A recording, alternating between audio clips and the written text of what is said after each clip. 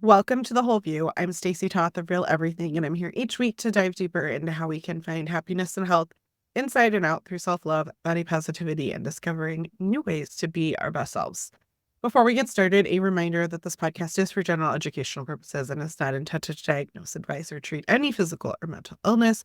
And while Aaron is a registered dietitian, he's not yours, so we always recommend that you see a licensed health professional accordingly.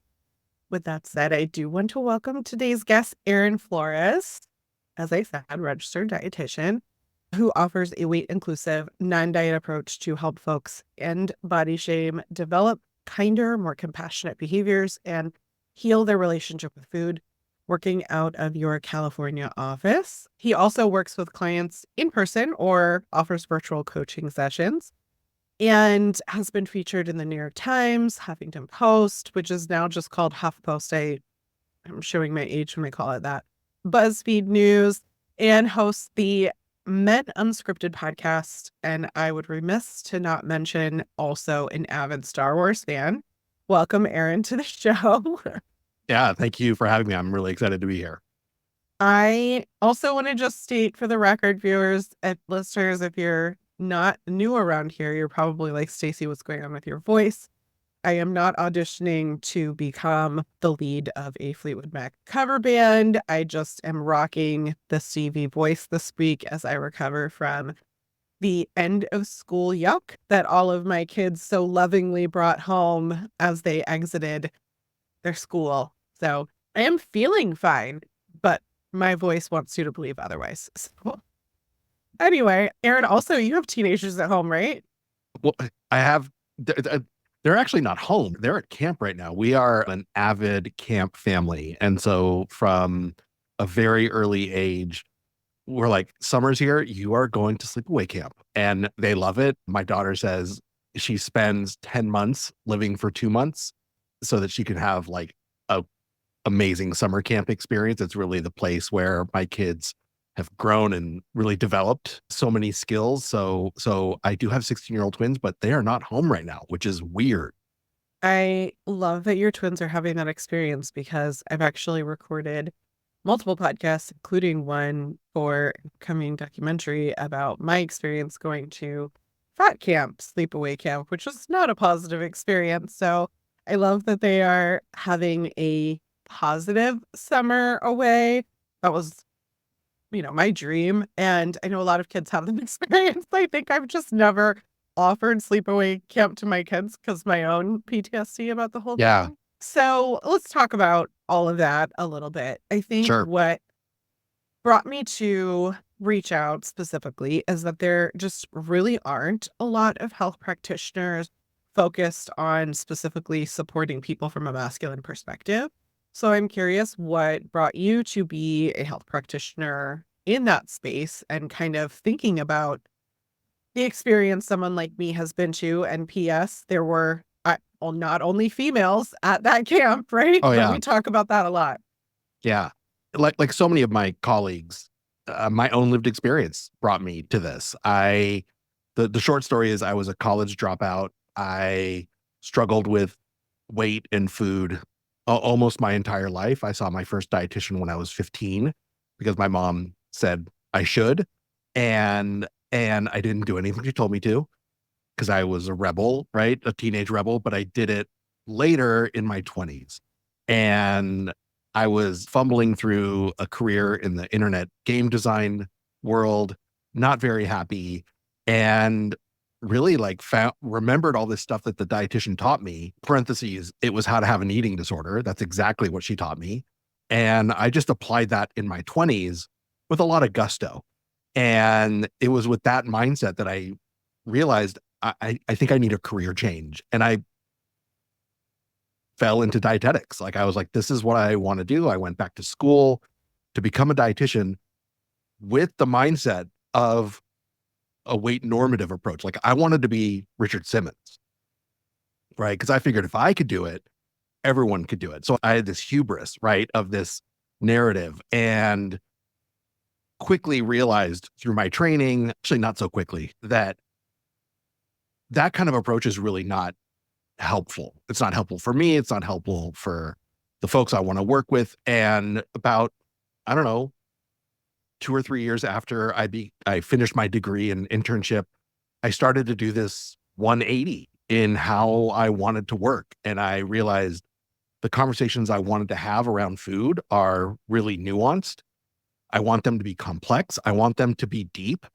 And I realized those conversations are happening in the eating disorder world. And I was working at the VA, and this is right when a binge eating disorder was added to the DSM-5. And so it was, from a healthcare perspective, new, been around for years, but people were starting to talk about it. And what I realized is there were these group of men who realized they struggled with an eating disorder. And we formed a group to talk, to get support. And these folks loved talking to each other and loved being like in a community, knowing that they're not alone. And that sort of just snowballed into this focus of working with folks who have eating disorders, working from a perspective of being weight inclusive, not helping people accept their body the way it is. You don't have to love it, right? You could just like, can we accept it and be kind to it? And also, there aren't a lot of masculine like narratives around this that are happening. Again, it just felt like, hey, this is a great space to move into. And it just has evolved over time to where I am now. I think it would be interesting to share some of the information and statistics as it relates to whether it's men's history, men's bodies. You mentioned binge eating disorder, the statistics around an increase in disordered eating as it relates to men, not just women. Like, what does some of that look like for those of us that are maybe not as aware on how that applies outside of kind of our own lived experience, since most of my listeners are feminine identifying? Well, binge eating disorder is the most common occurring eating disorder there is. People know anorexia nervosa or bulimia nervosa, but when we look at sort of numbers, we see that really, like, if you combine anorexia and bulimia together, it doesn't really even come close to the number of folks who have binge eating disorder. And the stereotype of who gets an eating disorder is that it's a feminine body, it's a small feminine body, and it's young. And the reality is that eating disorders occur across both a gender spectrum, race, body size, age, and they are way more prevalent than we think. And part of the reason the statistics are so hard to pin down, at least in my opinion, is the screening tools that we use to see who has an eating disorder are still holding to that ideal that I mentioned earlier. So a lot of folks might not even be picked up in a screening for a lot of different reasons. And specifically binge eating disorder, we find that the occurrence between males and females is very close. And again, the research is not very gender inclusive. So I'm using those words because that's within the research, but the numbers are very close. And also, to me, the kicker is that there's a large percentage of people who are seeking weight loss treatment who are experiencing eating disorders. And so like they're going for this intervention that is focused on restriction and eating less. And that's exacerbating the underlying problem of their eating disorder. And folks don't even understand it. It's interesting because to me, that was my whole life of struggling with my weight and constantly being at war with my body. I really like the term body peace. I know you're body trust certified. I like the term body peace because it really did feel like I was at war with my body for so long in trying to fight something aesthetically, lose weight, prove something somewhere, even when I wasn't trying to quote unquote lose weight and I was trying to quote unquote get healthy. I was still at war with my body and measuring the size of measurements of my body, or even when I was lifting heavy in the gym, I was at war with my body to be able to prove that I was stronger than someone else to Yeah. justify my body being larger, Yeah. right? Like I was just constantly at Yeah. war with my body. And what's interesting is like, if I look back to the semi-starvation experiment or the Minnesota starvation experiment, Mhm. it's referred to a bunch of different ways, but essentially the 1944 Ansel Keys work. It was very clear from a very long time ago, 80 years ago, that we know that restriction of food causes binge eating. Like it is in the notes from 80 years ago. And that the like 50 some year follow-up study, these previously completely healthy men acknowledged that they struggled their whole life with disordered eating after they had gained back their weight, after they knew that there wasn't any more weight to lose, after they had come to this normative place where they could eat as much as they wanted, they could do all these things, and still yet their brain, their hormones, their metabolic structure, all of that stuff went back to this fear of restriction, this fear of starvation, and constantly trying to solve that through binge eating. And I know Yeah. that's been my personal experience. And I wonder, like, I keep wondering, like, when is the science and the medicine going to catch up? But like, that was 80 years ago. I don't think they Yeah. want to catch up. No, I think there's really a couple things that stand out to me, Stacy, about what you just said. And first off, one of the things I talk about a lot with the folks I work with is how do we zoom out a little bit and look at the sort of big perspective of what's going on and why we've internalized it.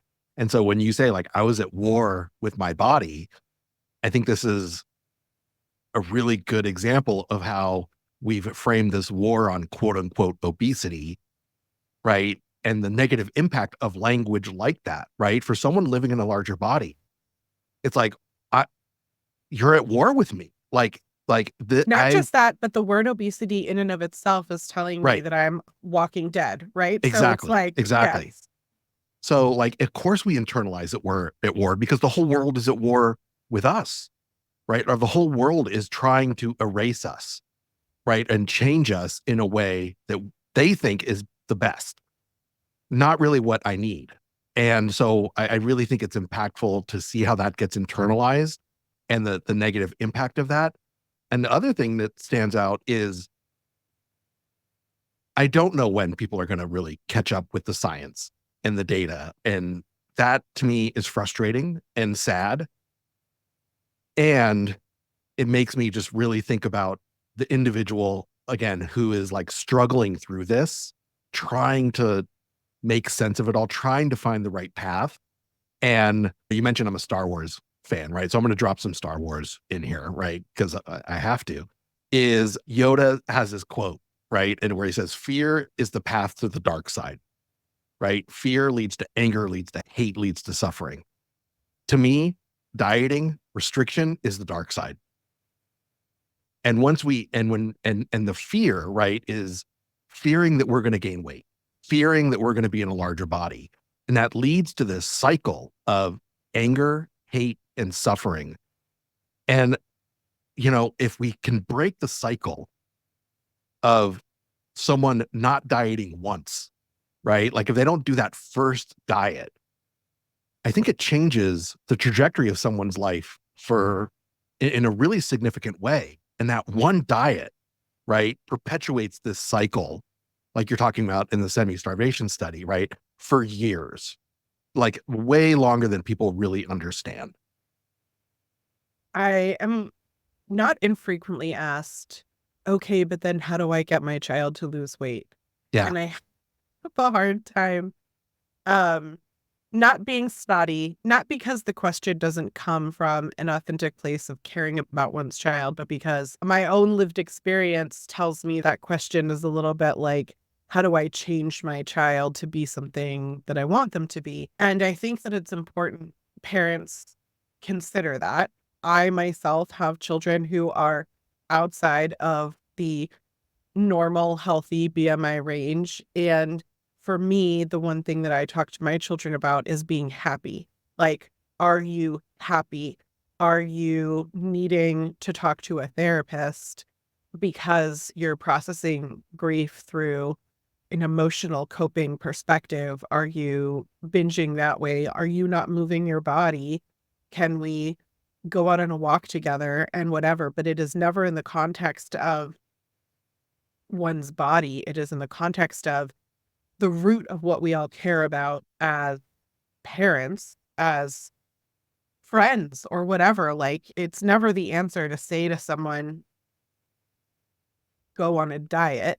You need to lose weight, because that information exists. No one needs to like have that be told. Trust me, they've heard it five Yeah. bajillion times everywhere, every out, from what they're being marketed to who they follow online or whatever, right? Like, what I think we all need is, if we are binging, if we are um, having a potential issue with our thyroid, if we're having depression from lack of motivation, like all of these different kinds of things are the root of problems that people seem to forget. And instead they jump to like the duct tape solution Right. of a Band-Aid, Yeah. of, well, you can't see the symptoms and like what's going on under the surface if we address the body itself, right? Yeah. We want your emotional health. We want these other things that might be a problem to be hidden because that feels uncomfortable in Right. society.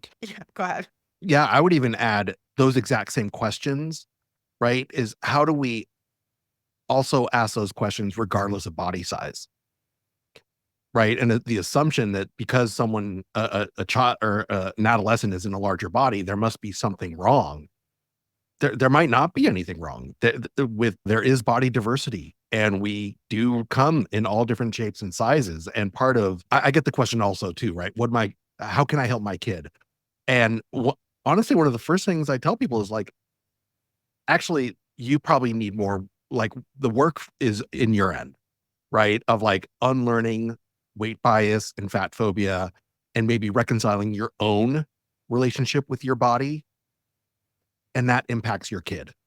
And I think my hope is, can we ask all of the same questions across the spectrum of kids, right? Like, yeah, how are you moving? How are you handling your emotions?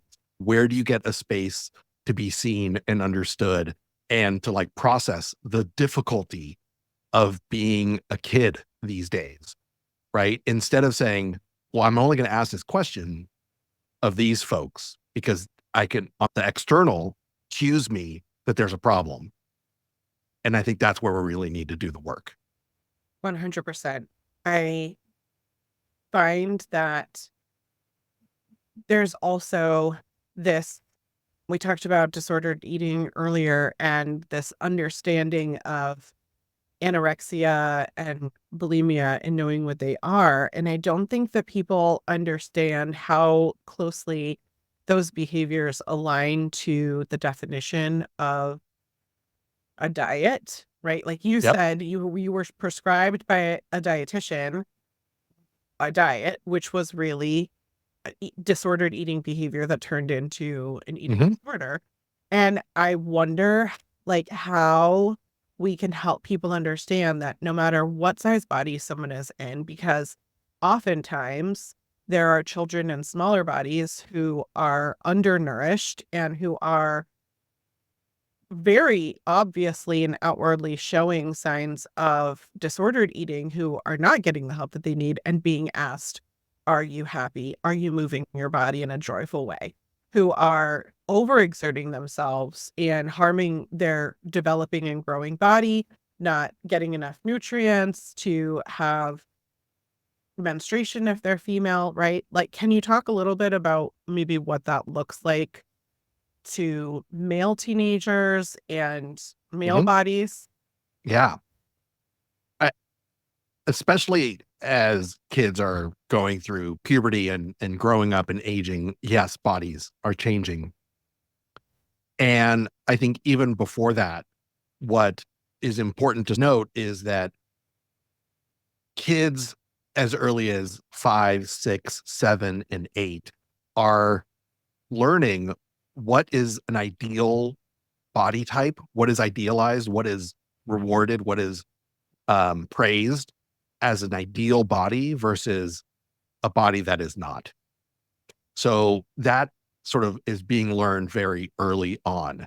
And I think for a lot of folks, it can, especially boys and masculine kids, it can look like, hey, I need to start going to the gym.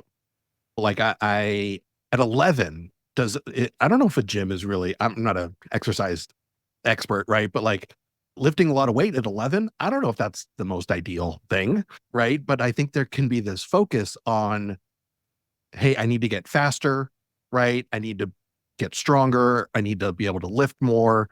There could be some athletic performance related to a lot of it. And I think how are coaches impacting that, right? How are the teams that the kids are involved with are impacting it. But I also think that there's this piece where, it's summer, right? And the boys that are worried about taking off their shirt when they go swimming, you know, and knowing that there's some teasing, some joking. It might be well intentioned, like with friends, but it also could be very harmful and go into bullying.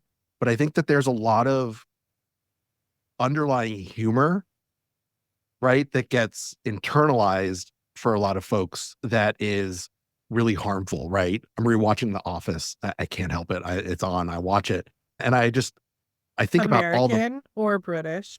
American Comedy Central. Yeah. Okay. Um, and the number of fat jokes in there is really stunning, right? If you really go back and watch it and are tuned into it, you can see how often it happens.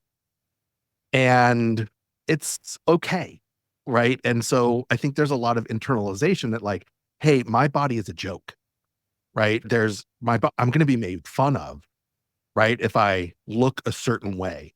So again, there could be some ideas of like that it ports into, hey, I'm going to go to the gym a lot, right? I'm going to be really focused on building muscle.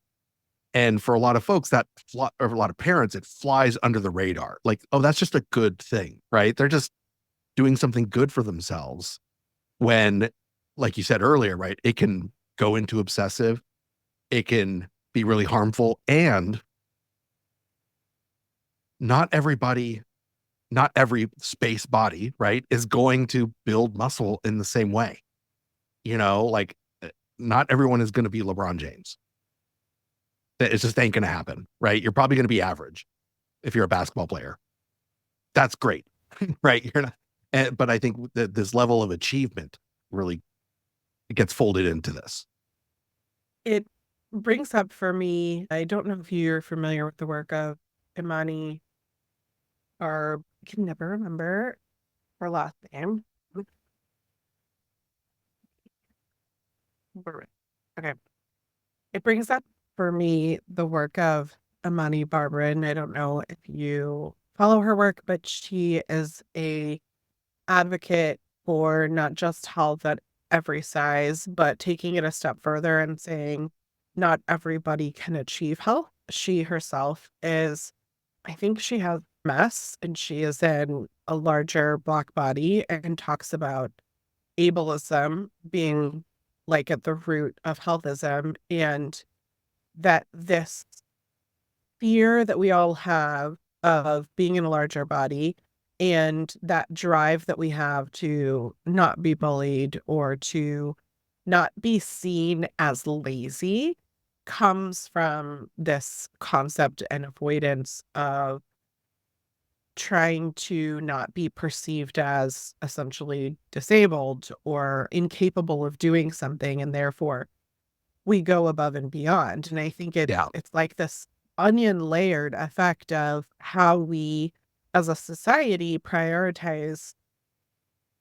We say it's health and wellness, but really it's a categorization and hierarchy system that we've, whether it's caste structure in a different sort of way or whatever it might be, right? Where those who are in a larger body are thought of as less than. And if you're in a larger body, that is somehow unable to do the same things as other people, or you're literally by definition qualifying for disability in terms of needing to use a larger bathroom stall or needing to shop at a different store for clothing, like these kinds of things then put you on this outskirts of society. And then we live for long periods of time with those personal beliefs about ourselves. And I think as adults, as someone in a larger body, that's super hard to, first of all, like reconcile with my own stuff, as you said, of our parents, right? Like we're all dealing with all the things that Hmm. we went Hmm. through.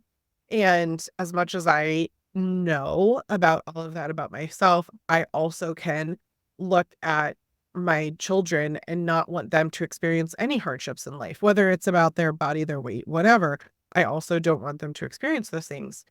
And I also know that I genetically gave those children my body, right? Like Right. there's only so much that we can do. And how much of my life was wasted worrying so much about the potential for bullying, about proving other people wrong and all these things. And honestly, I think most of it was in my head. I had successful career, I had friends, I had these things, yet I always felt less than.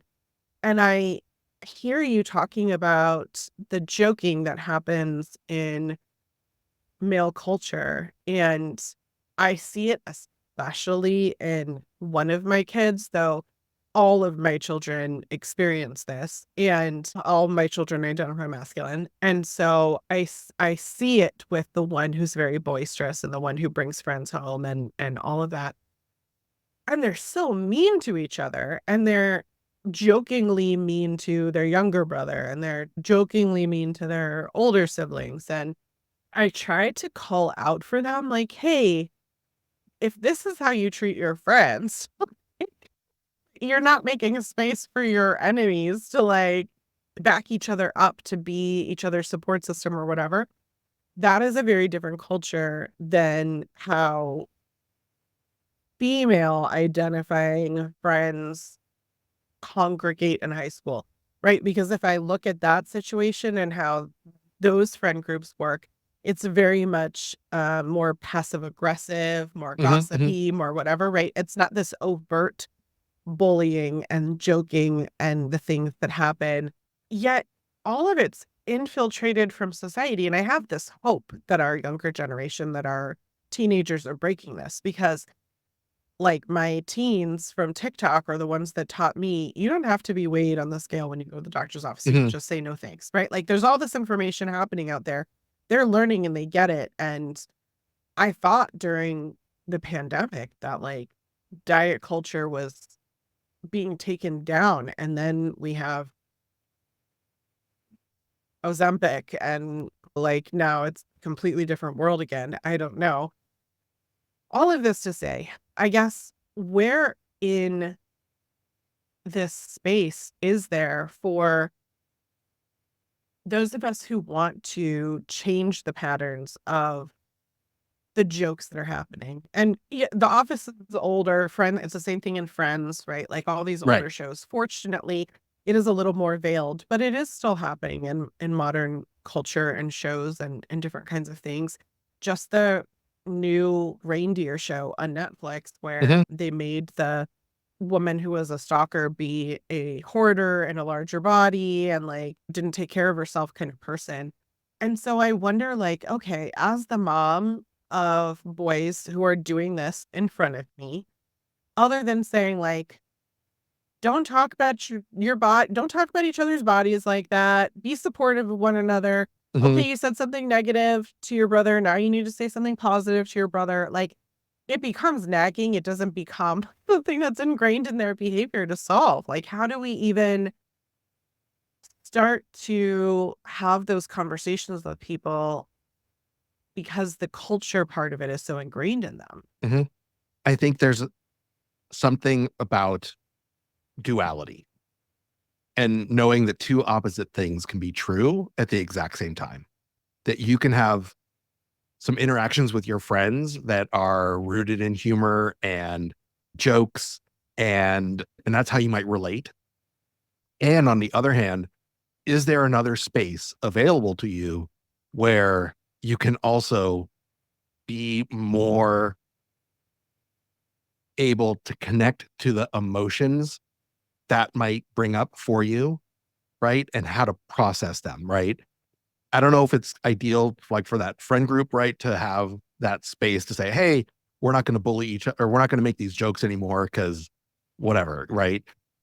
I think what I tell my kids and what I tell parents in some way is like, how do you create the space at home where things can be talked about really with a lot of vulnerability, right? And when it comes to body image and struggles with our body, that's a very hard place for a lot of folks to hold empathy for, because like what Brene Brown talks about, right? We need to connect to that feeling within ourselves in order to have empathy for someone else. And for a lot of parents, it's really hard to connect to that, right? We want to go into fix it mode. We want to figure out how to make it better. And part of this duality piece is we might not be able to make it better, right? But you can be here and talk about how hard it is, right? And figure out ways to at least feel the feelings rather than trying to push them away. And I think it's important for folks to give this space available for young folks, that it's okay to feel the feelings around your body. It's okay to struggle. It's okay to, like I said, you don't have to love it, right?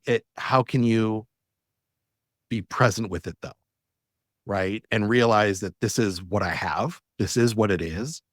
And again, if I were to take care of myself from a place of kindness and compassion, what would that look like? And I think, again, it's knowing that diet culture is going to be out there, right? Fat phobia and weight stigma are going to be out there. How do we create these sort of bubbles of safety where we can keep some of that out, right? And process some of the feelings that it brings up safely. And again, allow us to feel the things that we need to feel. I think that's a really great point about making space for those conversations and the vulnerability. I think knowing that every time that I've tried to be like, y'all need to be nicer to each other, stop talking about each other's bodies, like there's a pause, there's a giggle, and sometimes it can break if it's going in a certain direction, but like I'm not changing the path that my 16-year-old and his male friends are on and the conversations they're having with one another. And I think there's an entirely different conversation to be had about the control that we do and do not and believe that we have for our teenage children's lives have. And I think making that space for, having conversation and being open. I, recently did a podcast where I think one of the best things as a parent that I hear is like, hey, mom, can we talk? Like, those are like magic words that make me feel like, okay, I'm doing things right as a parent if my kids want to talk. 1,000%. And like, listen, as a dad, right? That's how, as dads, fathers, are we doing the same thing, right? Where folks can come to us and say, Dad, can I talk to you about this? Right? I think that's the shift, right? When folks realize that, hey, it is masculine to hold feelings and to have feelings and other than anger, right? I think that's a masculine thing also. While we're making movie references, I would be remiss if I did not, on my husband's behalf, who produces the podcast. Have you seen Iron Claw? I have not. Okay. First of all, oh, yes. right? Yes. With the wrestlers. Yes. Yes. Okay. I just saw it. Actually. Oh, you did see it. Okay. Yeah. So listeners, if you haven't yet seen it, it is a movie with Zac Efron and Jeremy from The Bear. I can't remember his last name right now. I think White. Yeah. Jeremy Allen White, I think. And a lot of other famous actors and actresses. And it's a story of brothers who wrestle. And so there is a lot of body in the show, like people not treating their body well and it affecting their mental health, and like the Mhm. story of not saving space for emotions and how that ultimately negatively, tragically affected the family. And I had no idea going into the movie that it was a tragedy. My husband, of course, who's a wrestling fan, knew, did not warn me, and watched it on Father's Day, so I did not have veto power. Oh boy. At the very end, there's a scene where one of the brothers has two of his own male children, and he's sitting in the grass watching them play and have a good time, and he's crying. And his children come over and ask him what's wrong. And he says, "I'm sorry, men aren't supposed to cry." Um, and his children, in the way that children magically do, because they haven't yet learned what society tells you is the truth, right? Like their truth is, why would that be the case? So they say to him, they like laugh at him and they're like, "We cry all the time. What are you talking about? You're allowed to have feelings." And he shares why he was Mhm. crying, which was both his own grief and also like witnessing his children have a moment. And all parents can identify. And so as you were talking, I was thinking about that moment where, it had been drilled into that Mhm. character from the Mhm. father, from whomever. You're not allowed to have feelings. Right. You don't talk about them, whatever. And how that tragically affected his siblings. And then he's sitting there surviving. He's still to this day is alive, fortunately. And it's not a coincidence that he's the one who's expressing his emotions and his Right. feelings in that moment. And Right. I don't think you could define anyone any more masculine than that character in that movie. Yeah. Yeah. No, it's a great thing you're pointing out. And yeah, I just recently watched it, so that scene is fresh in my head. The thing that stands out from how you're describing the scene, and I think I would have parents think about, is the experiences we're having around food and body they're ours. Our kids might not be having them. We're projecting that this is what they're gonna feel or this is how they are feeling. And they might look at it from a very different lens because they might, if they're young enough, right? They might not have been impacted by all of these messages. And what we bring to this, right, is very different than how our kids will experience it. And there's this way that we can nurture them, right? To say, like, understand, right? Like, oh, this is actually more normal, right? To have this kind of approach around food that is not rooted in restriction. So it's a lovely scene. You're right. And I think there's some things that we could port over and think about, like how our kids experience things versus how we are.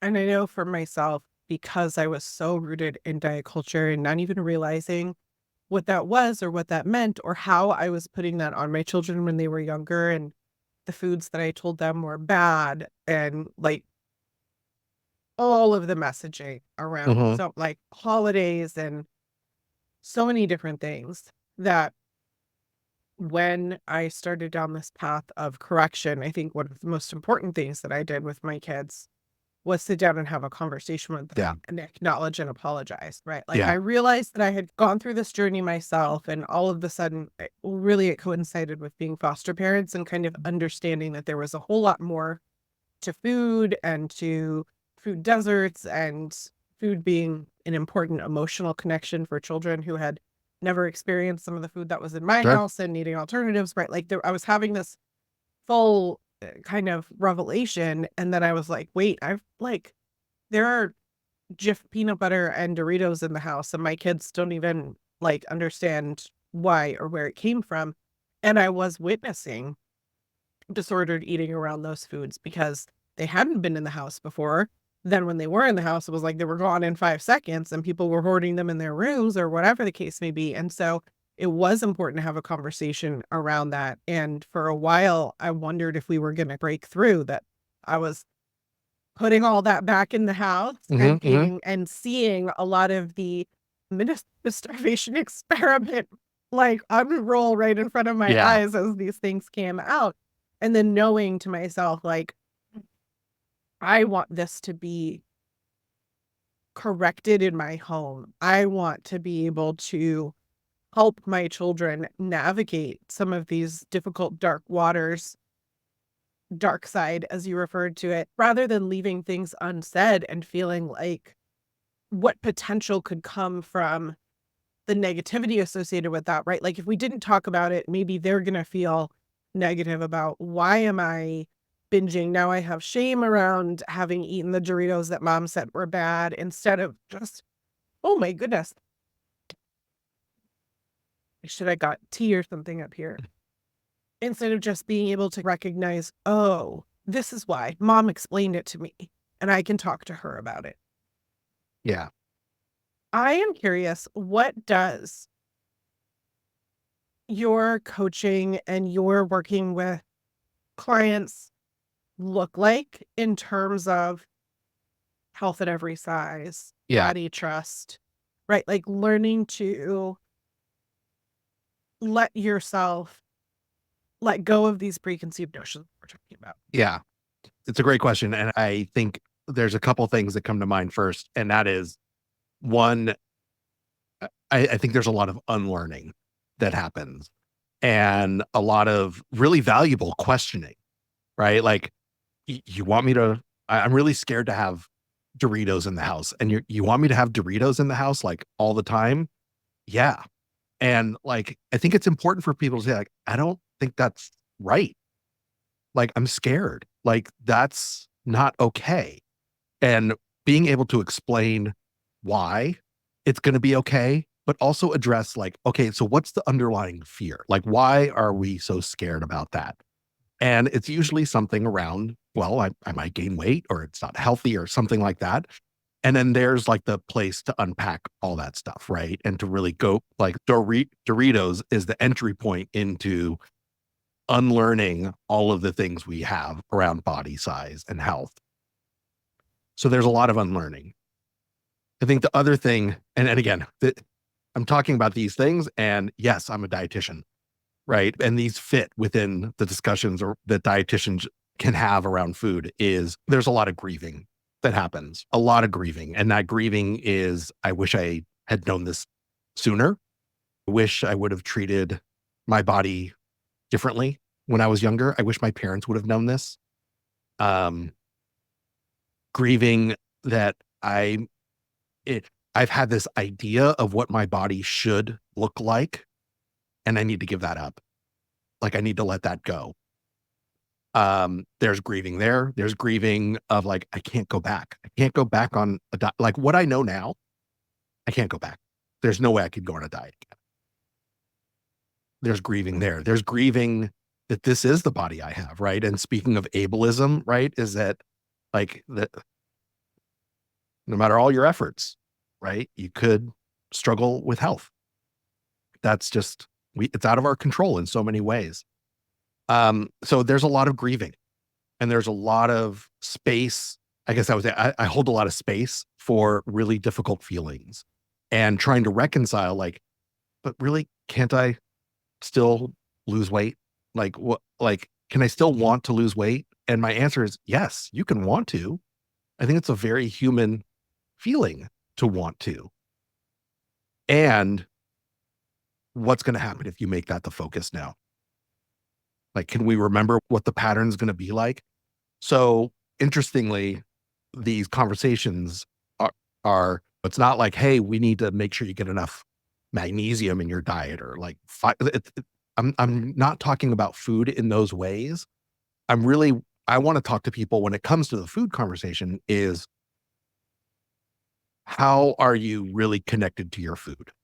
I'm not talking necessarily mindful eating. I'm talking about like, what do you really like to eat? Right? If we can get rid of the good versus bad, healthy, unhealthy thoughts and mentality, what do you actually like? What are your preferences? I don't know. If you don't love brown rice, don't have brown rice. Have rice, right? Have white rice. It's fine.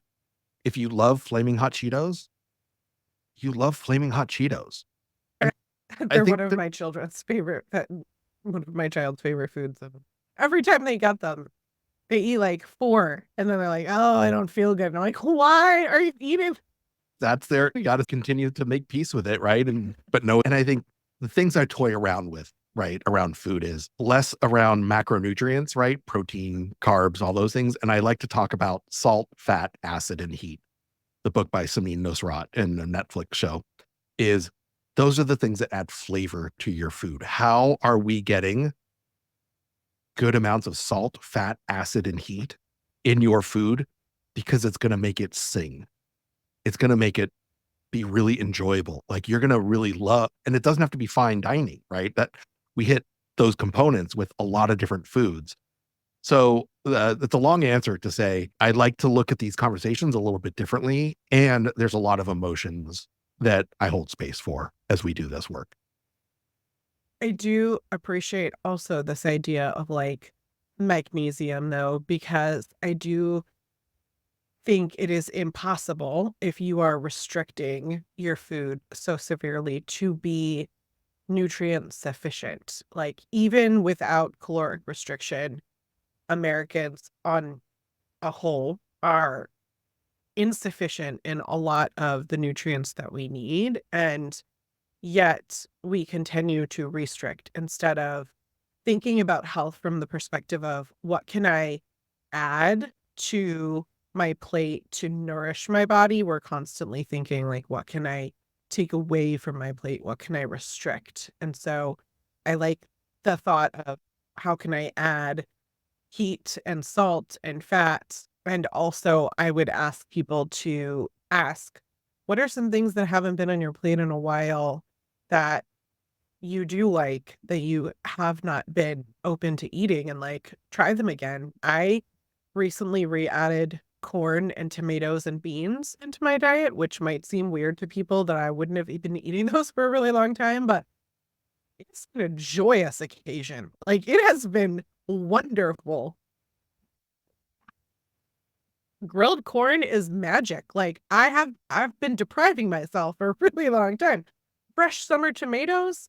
So ask yourself, like, what are some things that you've told yourself you can't have for whatever reason? And do you need to work with a coach to help you work on processing why that is and get to a place where you can feel safe in nourishing your body with these things that really do heal us? The story we're telling ourselves, as Brittany would say, is that they're not, right? But they very much are. Yeah. Yeah.